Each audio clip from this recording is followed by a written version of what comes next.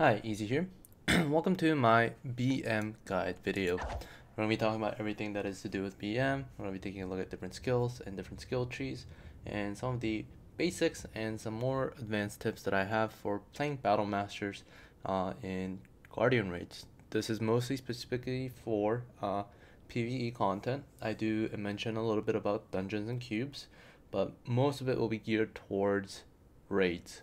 And I've cleared up to GR13 Armored Knocker Cena, and I'll be going over to Firefox in a couple days after I finish out my 5 set.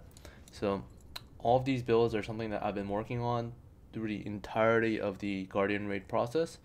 And I did get a lot of information from other battle masters, other resources and such as that, but most of these are builds that I feel like are the most efficient and most effective for my personal playstyle in Lost Ark for Battle Masters specifically. So let's first get started with some of the skill explanations. Most of the skills, unfortunately, the Korean names are based on Chinese characters and such as that, so they're a little bit difficult to translate. But for the most part, Battle Masters can be classified into 3 specific different roles or different builds that they can have for raids specifically. There's pure DPS, there's support DPS, and then there's stagger DPS. And Battle Masters aren't particularly good with stagger DPS, that is for sure, but the fact that they can somewhat adopt to be a passable one does give a little bit of room for class compositions, and you don't really give up too many of the supportive utilities that Battle Masters have by going stagger, so that's something to keep in mind. But for the most part, let's just go over all of the skills real quick, just like I did with Infighter, and give you a little bit of my thoughts and some of the uses for these skills, okay? So first up, we have Triple Punch. This skill is pretty decent, especially for leveling because of its low cooldown. I generally like to put 10 points into it, and I don't really run it without 10 points because I feel like there's better skills to use at 4 points and 7 points. So either I sacrifice some of my other utilities for slash damage for Triple Punch, or I just don't use it, period. Generally, I always use Triple Punch in place of Lightning Kick, and I always use Lightning Kick in place of Triple Punch. So these two are kind of interchangeable, and I do mention that in all of my builds on the spreadsheet, is that these two skills are definitely interchangeable and definitely don't. It's up to you whether you want to use Lightning Kick or whether you want to use Triple Punch. You might say, oh, but Lightning Kick does, like, they do similar damage, and Lightning Kick does have better mobility. But the thing with Triple Punch is that it also has pretty decent mobility if you get used to its skill set. So at 10 points, you move very far compared to without 10 points. So it's definitely something to consider. So as you can see, the distance is massively different in terms of the time taken. I probably shouldn't have taken that tripod. Give me 1 second. So let's say at 4 points. We'll do 4 points because most people like to do 4 points with the shadow attack to reduce enemies' armor. That is not the right skill, sorry. The distance traveled and the time it takes is significantly different at 4 points than with 10 points. And I think having 10 points into the skill is pretty vital if you want to use it effectively and not put yourself in a dangerous situation. One of the benefits of Triple Punch is that you can just space out of it or evade out of it at any point in the cast. So it's very good for fitting in that little bit more extra damage while the enemy is attacking for you to react in time. Whereas a Lightning Kick, you cannot. You can't use space until your Lightning Kick animation is completely finished. So that's one distinct advantage that Triple Punch has over Lightning Kick. But Lightning Kick in general has superior mobility by far. So that is definitely something to keep in mind. So since we've been talking about Lightning Kick, let's just skip over the second skill real quick and talk about Lightning Kick. Lightning Kick is, some people use it at 4 points. For mobility. I don't think it's any better than just moving your butt over to the other side. the clipping issue with like bosses hitboxes and just all of the other issues associated with pathing really make this a little bit inconsistent. I personally don't like it. So the tripods that I generally take are these. Unless I need additional identity gauge regeneration, I'll take the middle tree. But for the most part, I like to take the right tree because this one increases the amount of damage that Lightning Kick will do on staggered enemies by 30%. And in a lot of cases, because of the short cooldown of Lightning Kick, you can always fit in one of these skills when the enemy is staggered. And that difference can be pretty huge when you consider that whenever enemies are staggered, you're stacking a lot of buffs and you're stacking a lot of crit damage, crit buff, damage buff, all sorts of things. So I've seen the skill hit up to 25k in some cases. So it can be very strong in those scenarios. So whether you use triple punch, whether you use lightning kick, it's up to you. One key thing to note about triple punch is that it has the inherent cut. I don't know why it has cut, but it has cut level 1, which can be extremely invaluable for Nakrasinas. So GR6 and GR13. It can be very, very useful to have this, and it can save you from having to use those expensive blue shurikens. The second skill is mostly for PvP, but it does deserve an honorable mention for the fact that it has really good stagger potential. So let me spawn a boss real quick. Sorry.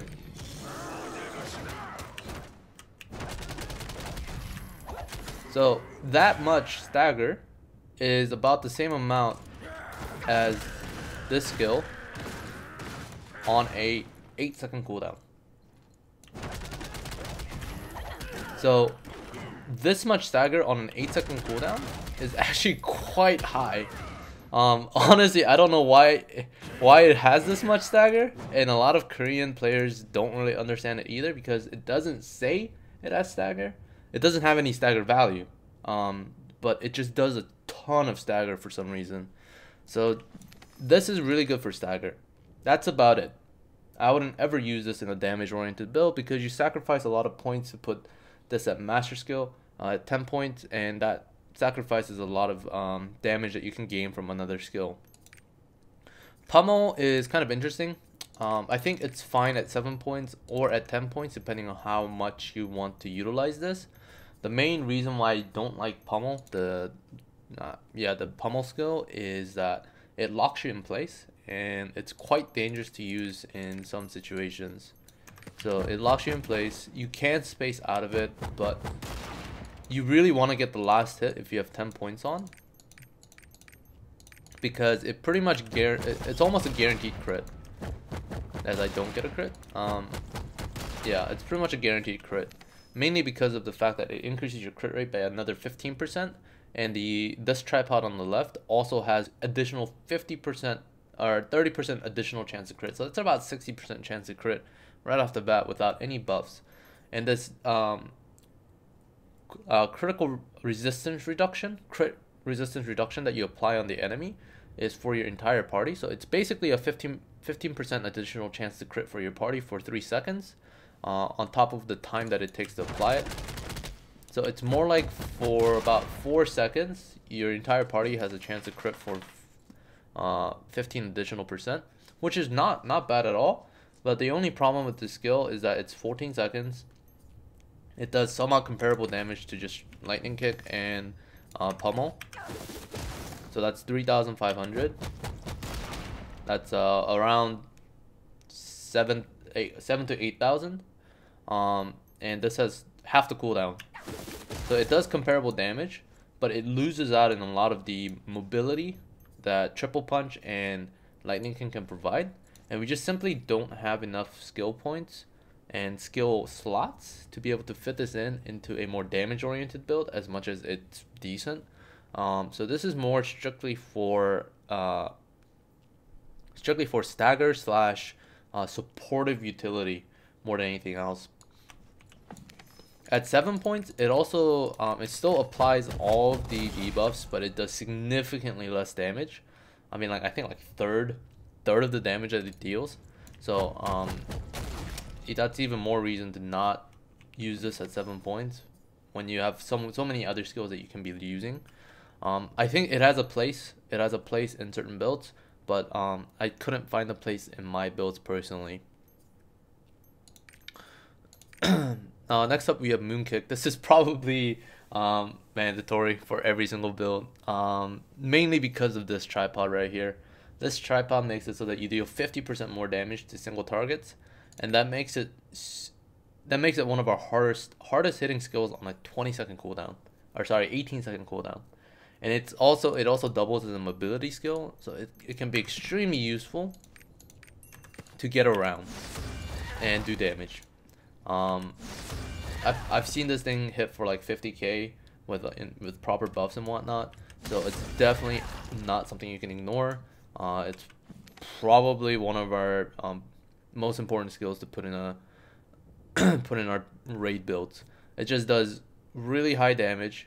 It also has medium stagger, and it also has super armor for flinches, which makes it so that you can eat some attacks with proper bard shielding, or if you just want to eat some attacks like auto attacks, you can eat up some auto attacks for without having flinches go off.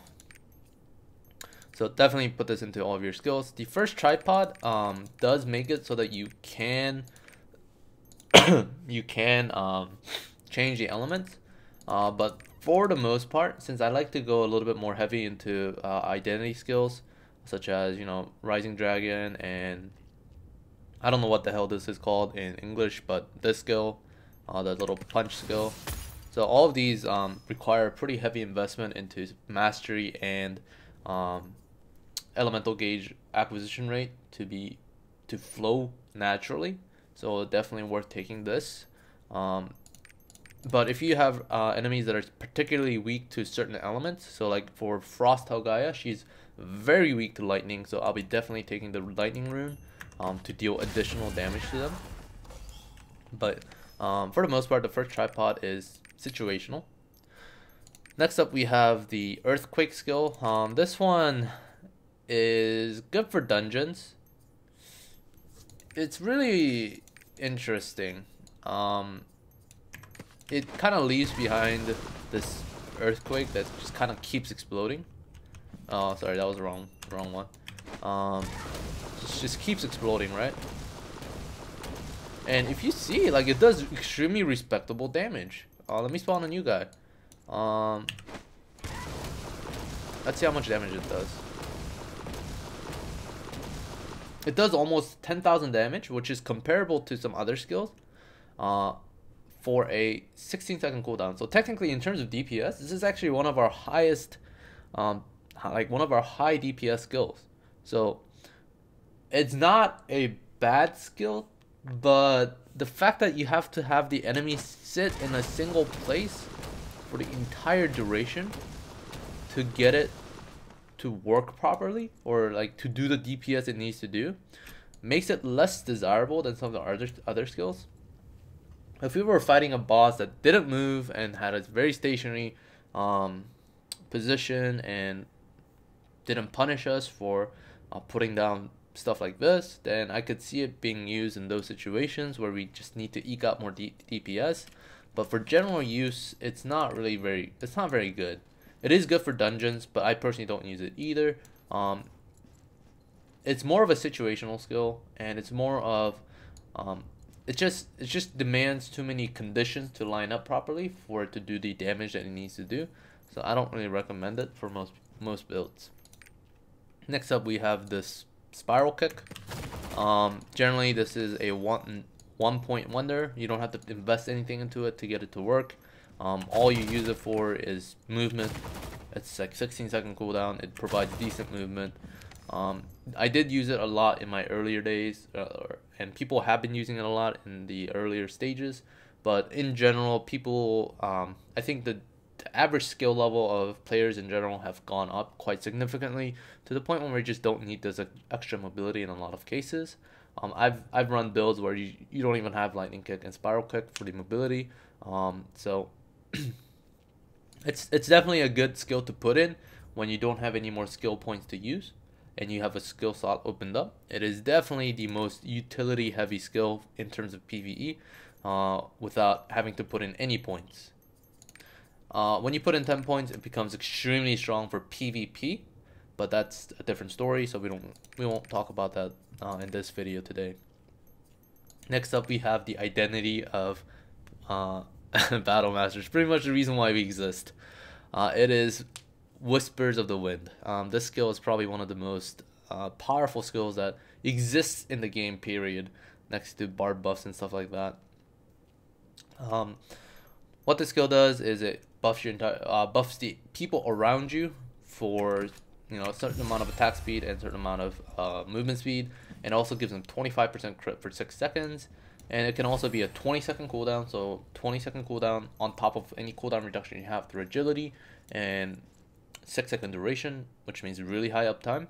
Or you can also have it be a 30-second cooldown and then have it deal damage and also recover your identity gauge. So if you look at my identity gauge, we have no orbs, or rather 1 orb.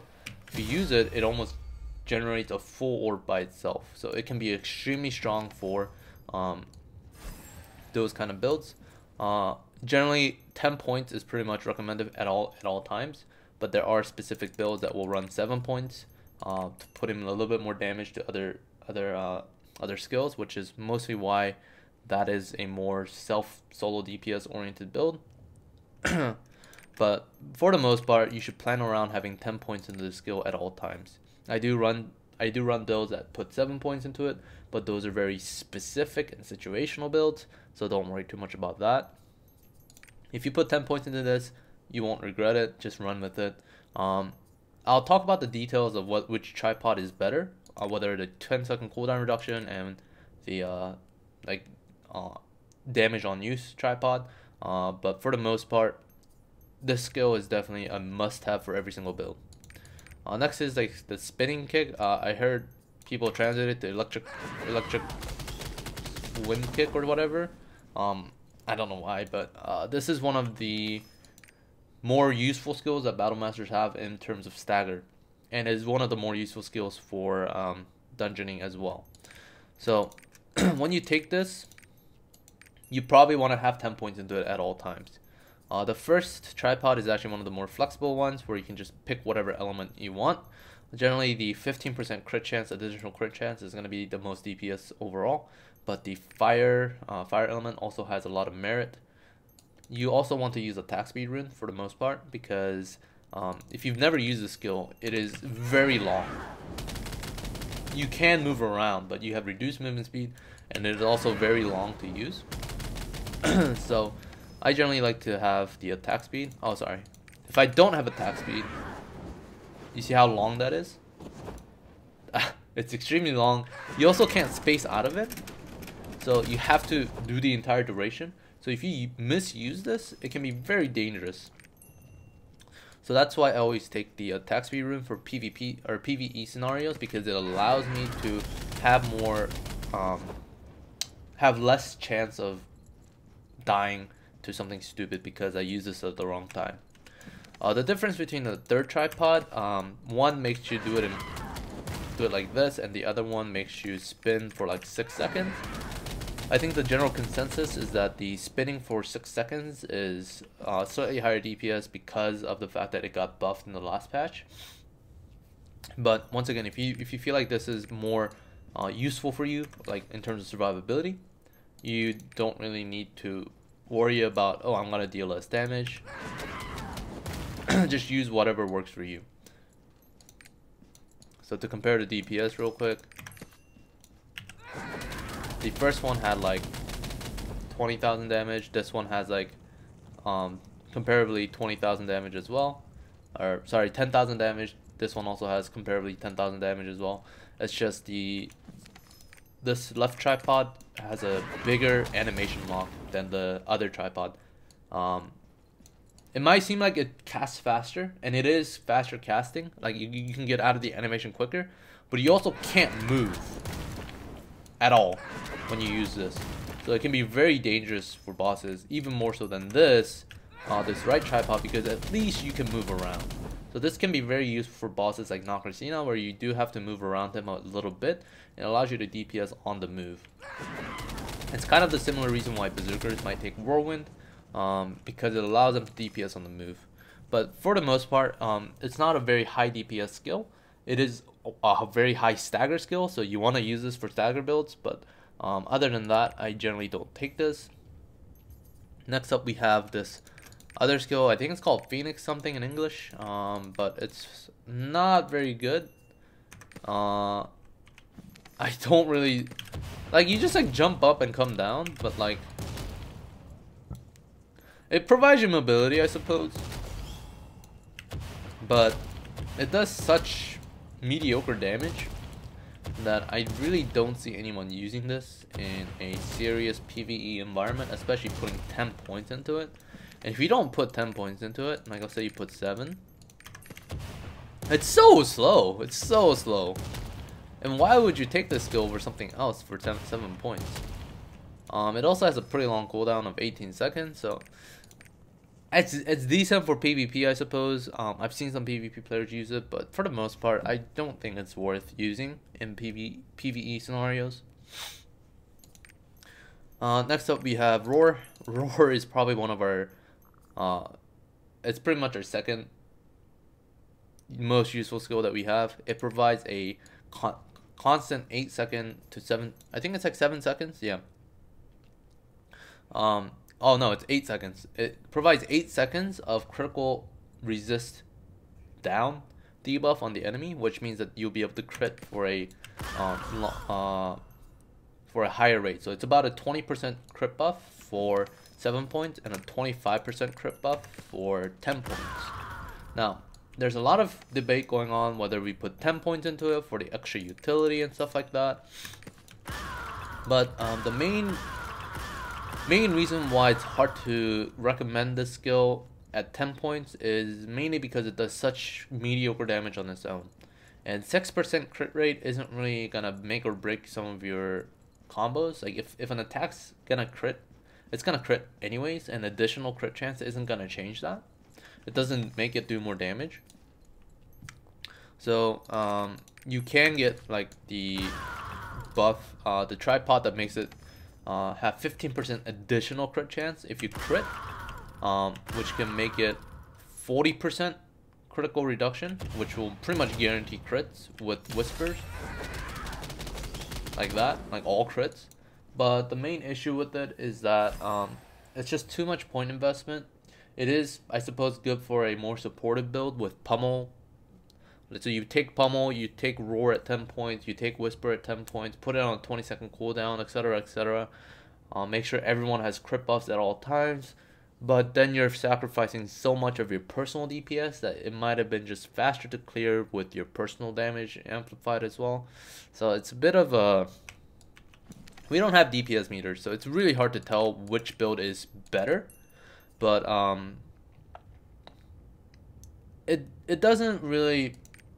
I don't think there's enough gain to get from using these tripods at tier 3 to justify 10 points. Because the skill still works very well with just 7 points. And right now we don't have room to invest more points into master skills. So it can be really hard to justify 10 points.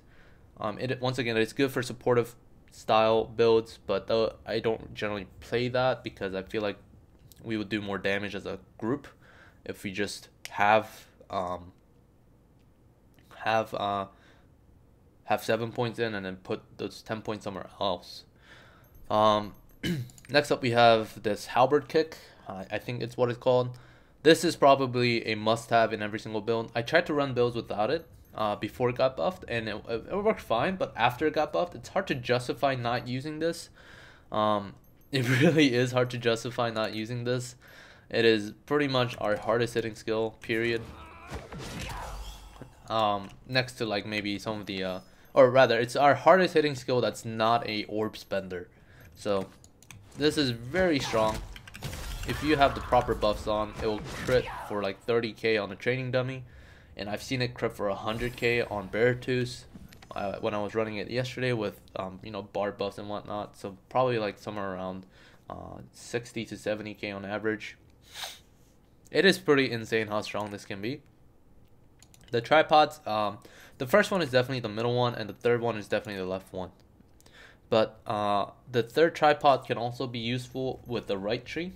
So let's say you're taking a difficult boss and you're not finding opportunity to use this skill. If you're not using skills on cooldown and at appropriate times, then you might as well not be using them in the first place. Like, you're just losing damage. So having some damage is better than no damage. So that's why it can be useful to use this other tripod, which makes it a lot easier to use, a lot more approachable. You can even escape out of the initial animation because it's a combo, so it's a lot safer to use, especially if you're using the shadow element, because the shadow element makes it very slow. So it can be useful to just apply the 30% damage reduction, or sorry, not damage reduction, armor reduction with the rune, or sorry, the tripod. But I always run with another party member that tends to have a better armor shred than I do. So I always take the attack speed and attack range up, because this will allow me to fit in these attacks at seemingly impossible angles, like this far. And this makes it a range skill, basically. So understanding the range on the skill can make it very useful for a lot of different scenarios, such as Nakrasina. If he jumps, you can find the sweet spot and then hit him while he's jumping. So you're minimizing the amount of DPS downtime you have by using skills that you would otherwise use once you get closer to the boss. So my personal preference is this left tree right here. It increases your attack range, or attack radius, and attack speed by 20%, which can make a huge difference as to whether you can get your skill off or not. You can use some element specific tripods if you like. For example, the lightning version does a ton of damage to Chromanium, so it can be very useful to take for that. And if the lightning debuff procs, it can also be very strong. But for the most part, I tend to go with the left tree. The last normal skill that we have, the last non-identity skill we have, is the Combustion. This is gained at level 50 through the identity quest. Some people like to put 7 points into it, but the amount of orbs that you gain is equal. So let me try to use a skill that uses up my orbs real quick. Alright, so let's say you have this skill at 7 points with the increased duration. So you might think, okay, it's 36 seconds, it lasts for 20 seconds. If I increase the duration by additional 6 seconds or 8 seconds, that's going to make sure that I always have orbs generating. Well, that is true, but the amount of orbs that it generates per tick is going to have different results. From someone else's testing, it turns out that you generate pretty much the same amount of orbs regardless of which tripod you take. And in fact, just having 4 points will get you more orbs in general. So right now we're about to reach the end, and we filled out our three orbs, and I have higher mastery than usual, so it might seem like it's filling up quickly, but that's because of mastery. If you take 4 points and take the right tripod, you see how it ticks for more? It recovers more per tick. So in the end, you'll gain the same amount of orbs as you would have with the extended duration. And the main purpose of this skill, see, we were about to hit three orbs right there, so we get the same amount of orbs. The main purpose of this skill isn't really for damage or anything like that. It's mostly for gaining identity orbs. So I like to put just 4 points into it. I don't think any more points is worth it. It's just better to use 4 points and just call it a day at that, and use it as a identity gauge generator. And 10 points, there was a time where there was a bug where you get more damage by using this, but that was a bug, so you don't really have to worry about that. You know, this is good at 4 points. This is generally what I put my last 4 points into if I have 285 skill points, because it's just really good at 4 points. So that's the normal skills. When we look at the identity skills, our identity skills are a little bit interesting. Some of them are really garbage, and some of them are really good. So the first skill is usually taken at 7 points. You can put 10 points into it, but I found that damage that you gain by putting 10 points into it isn't really that high. So I just put in 7 points, go with the left tree and the right one. What this gives you is a 5-second buff that increases your attack damage by 30%. So that is really big for hitting certain skills. So normally our Halberd kick will hit for 15k on a back attack. If we use this, it will hit for 18k, which is about 30% increase. So just having this skill alone can make some of your burst combos a lot stronger. But it is only 5 seconds, so it can be a little bit harder to use it in a lot of situations. And also it costs 1 orb, so you need to have your orbs filled up, or be ready to fill up your orbs again by a certain sequence of skills in order to use it properly. Next up we have the Rising Dragon skill. This is pretty much mandatory, I think, for every single build. It's just too good not to use. It has high stagger, it has part break level 2, and it's really quick to use. I generally take the middle tree on my first tripod because it's only 40% chance, but it's not like any of the other ones are better. Like, you can take super armor if you want, but I've never had a situation where I'm gonna get staggered or hit or flinched while I'm using this, because you shouldn't be using it in those situations. So having that chance of getting that 1 extra orb on when you use it can make some of your rotations a little bit more smooth. It just adds a little bit of more consistency to your rotation.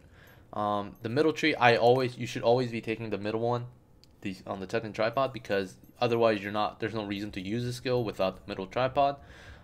It makes it so that you deal 100% more damage on crits. It's a 100% crit damage modifier, and you might think, oh, but then we always have to crit. Why aren't you taking the always crit tripod on the right there?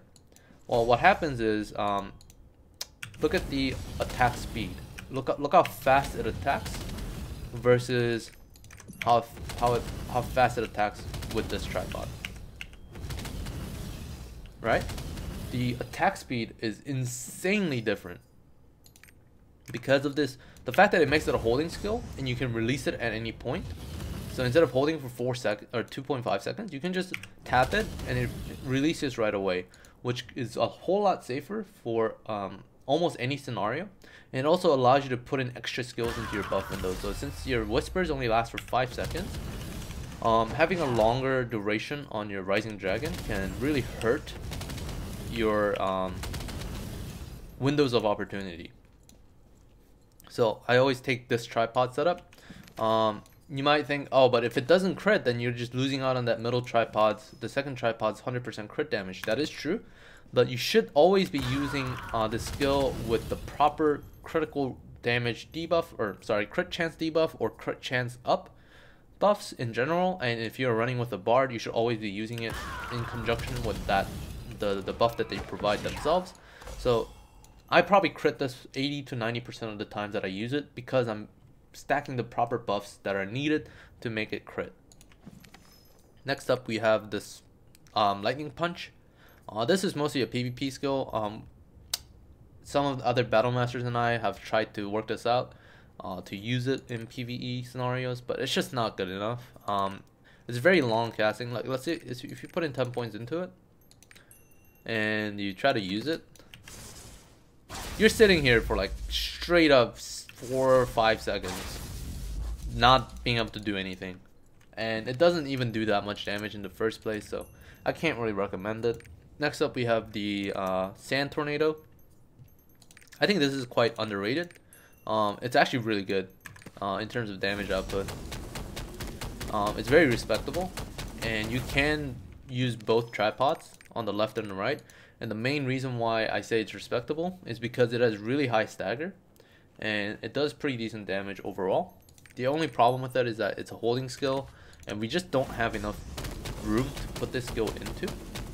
Even if you take this tripod that makes it stationary, you lose a lot of damage by not being able to get the extra from the third tripod, at additional 60% damage.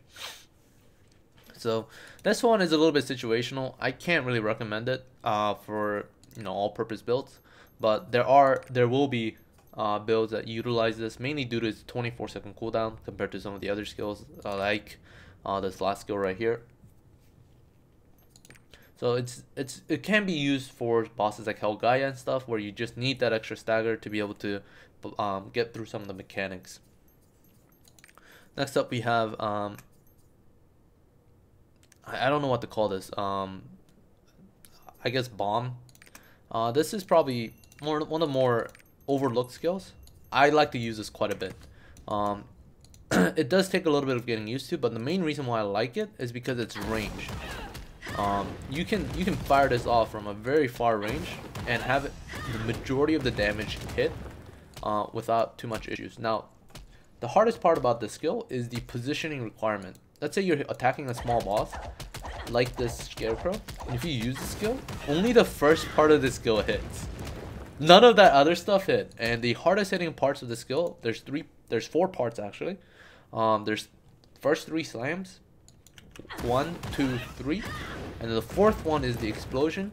The 2nd, 3rd, and the 4th are the main part of your damage. So you might think you're not getting that first damage off. Well, that's only like 10% of the damage output. So I don't really worry about that. It's mostly the range that really attracts me to this skill. And also does it does more damage than any other skill. It's on a 30-second cooldown, which aligns with whispers quite a bit. So I always use whispers and then this skill to get out the animation quicker, which is the biggest downside about this skill is the animation speed. You also can't space out of it, so it's one of the most dangerous skills to use. I've killed myself quite a bit with it, but once you get used to it, it's gonna be the hardest hitting skill that you have in your arsenal. It's just really hard to use in almost all scenarios. You really have to think ahead to position well and to understand when you can use it and when you can't. So that's pretty much all of Battle Master skills and kind of where they stand and what you can use them for in PvE environments.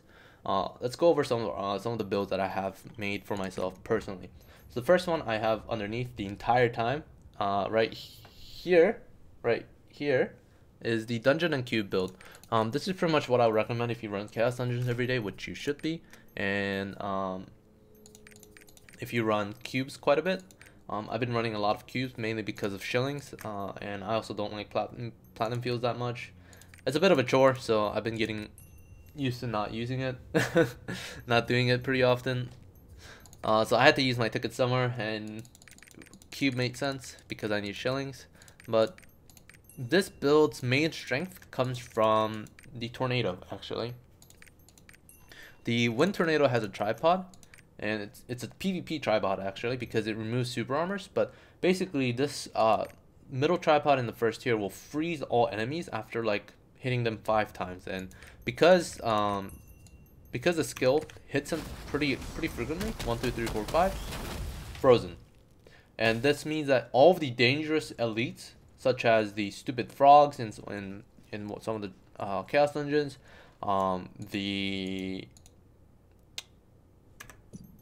where is this guy? Do I have a card for him? The one guy with like a sword that like puts him in the ground, and then like fire comes up everywhere, and like he does AoE and he drags you around. Like that annoying guy, you can just freeze them. Freeze, like frozen. I'll actually show you right here. Monsters, seed. Let's spawn a bunch of these guys. Okay, I spawned too many. Sorry. So, let's say I spawn 2. It takes a little bit to get them frozen. But once they are frozen... Okay, maybe these guys don't get frozen. Oh yeah, it's these guys. Sorry, wrong guys. So these guys, you'll see them a lot. And they get frozen. They can't do anything in that time that they're frozen. And if you run enough cubes and if you run enough dungeons, you'll know how annoying it is for some of these attacks to go off. So freezing them at the right times can really help the consistency and the clear speed of your dungeon runs. But you know, dungeons aren't really the main focus, so I'll go over to the next build, which is probably going to be my most recommended build, which is the default raid build. So default raid build is mainly about mobility and putting yourself in a good position to do DPS. The main combo that it relies on is a 30-second rotation, and you want to save up your skills for 30-second rotations. Now, I recommend this for beginners because it can really teach you the importance of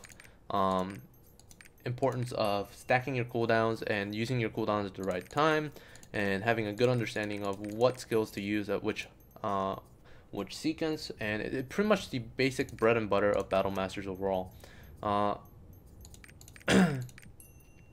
Let me finish putting the rest of the skill points.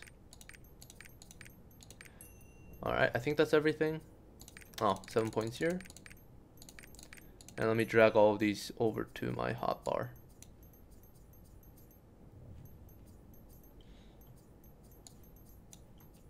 Alright. So the main combo for this, and the main combo for almost all Battle Master builds, is you want to first apply Roar, because Roar has a 8-second duration. It's one of the more lax requirements. You want to apply Roar. You want to apply the 30% damage buff using the orb skill right there. So Roar, 30-second damage buff, Whisper, Rising Dragon, and then Halberd kick. And that's your main combo. And then you want to fit in the Moonkick whenever possible. And as you can see, that does a ton of damage in bursts. Now, if I remove the cooldown, like infinite cooldown in Training Room, you can see kind of how the cooldowns roll in my hotbar. Okay, well, don't worry about that.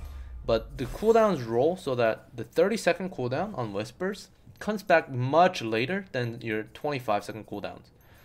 So you have a 25-second cooldown on Roar, 24-second on Rising Dragon, and a 25-second on your kick. So you're gonna sit here and wait until your Whisper comes up, because it's way more efficient to have Whisper up for these skills and just use them just like 10% less number of times than to miss out on a crit opportunity. So it's a little bit frustrating, and you might want to just use these skills in the as soon as they come up, but it's important to keep the main sequence of, or the rotation of combos. And whenever you're not attacking stuff, you just want to auto attack. And you might think, like, how am I auto attacking this quickly? This is the animation cancel. You hold down your mouse button so you move. So you just hold it down, and so you can just drag it, and then you just either tap right click in timing, or you just tap C. C is also your auto tap. So you just gotta tap it with timing. If you do it too quickly, you're gonna do the entire sequence. So just keep auto attacking like this. Okay.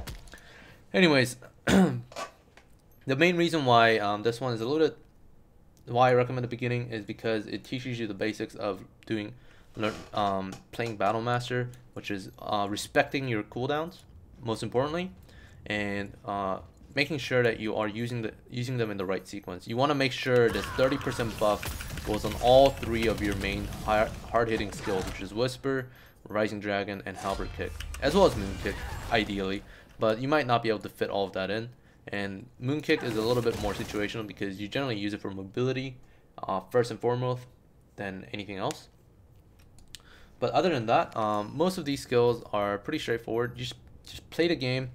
I'll get used to their skill set, and you'll have a good time with it.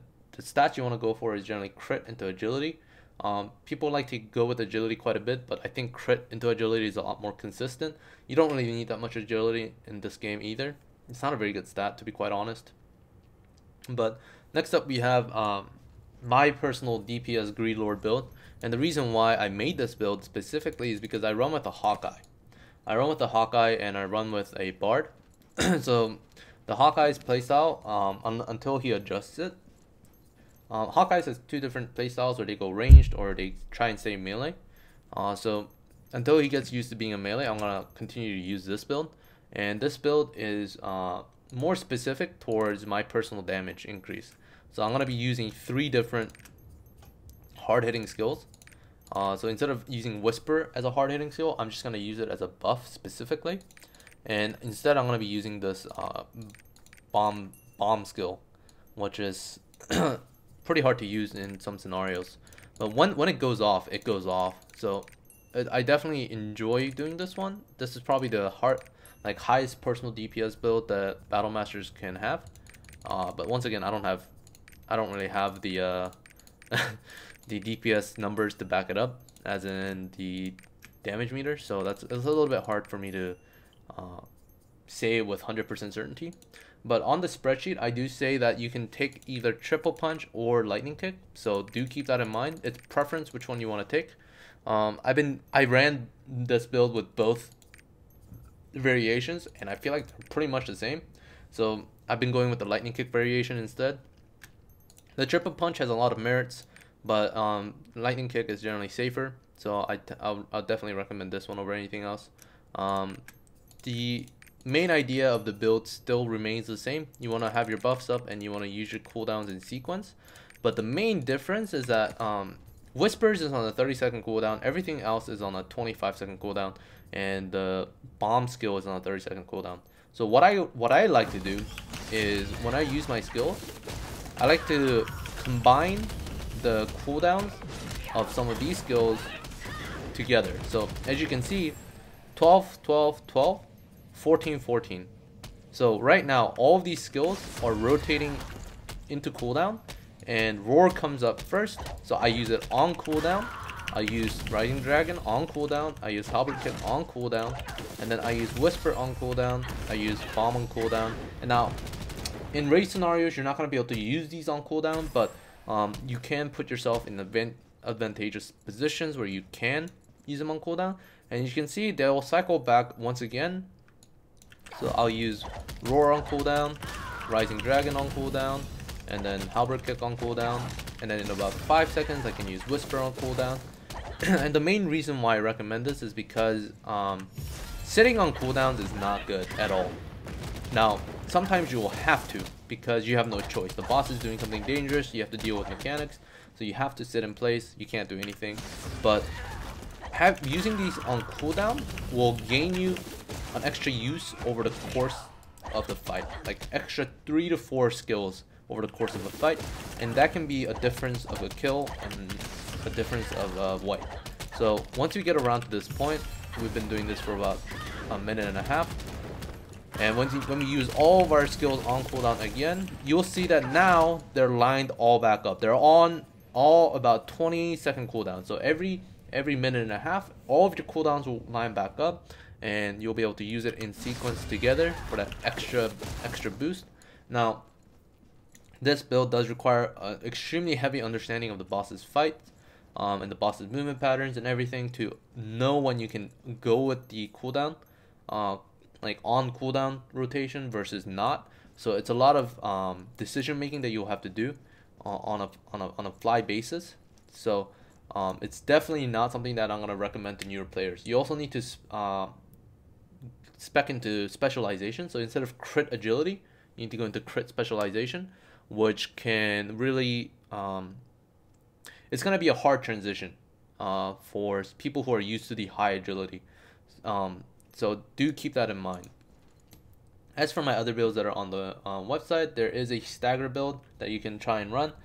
I've ran this thing a couple times for different bosses, but generally we don't really have too much trouble with stagger, so I didn't really have the need to run it at all times. I don't have the skill page anymore, but it is from Invent, so it's a pretty decent build. And for the future, there are things like enhancement effects, enhancement bonuses on your gear. So if you look at this gear piece, let's say shoulders, it can have 10% cooldown reduction on some of your skills, right? And Whispers doesn't have any enhancement bonuses where it can reduce the cooldown, so it's 30-second baseline. But what you can do is you can reduce cooldown of Rising Dragon, Roar, and Halberd Kick, which are all 25-second cooldowns, to be 20-second cooldowns.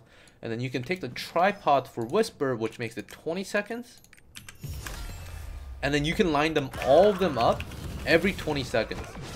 And I think that will be the endgame build for Battle Masters. When you have enough cooldown reduction on your enhancement effects to make all of your hard-hitting skills 20 seconds instead of 25 seconds, and run that rotation every 20 seconds instead of every 30 seconds. And I think that will be a huge damage boost to our class's potential.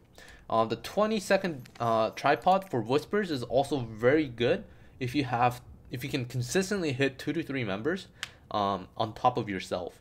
So if you're running with 2 different melee, or if your Hawkeye or whatever, like Summoner, whatever range class is playing with you, is making a conscious effort to be within your range every 20 seconds, and you can give them this buff, the 20-second cooldown is probably superior to your self-damage 30-second cooldown by a large margin, and it can really reduce the clear time quite a bit.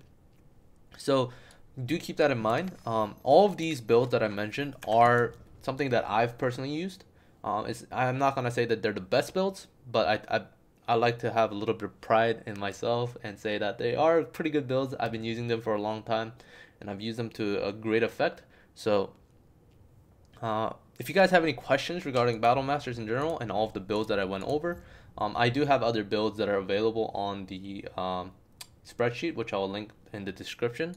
So keep your eye out for that. But yeah, that's been the description and all of the discussion of Battle Master skills and some of the tips and tricks that I have. Hope you guys enjoyed the video, and I'll see you guys next time. Bye bye.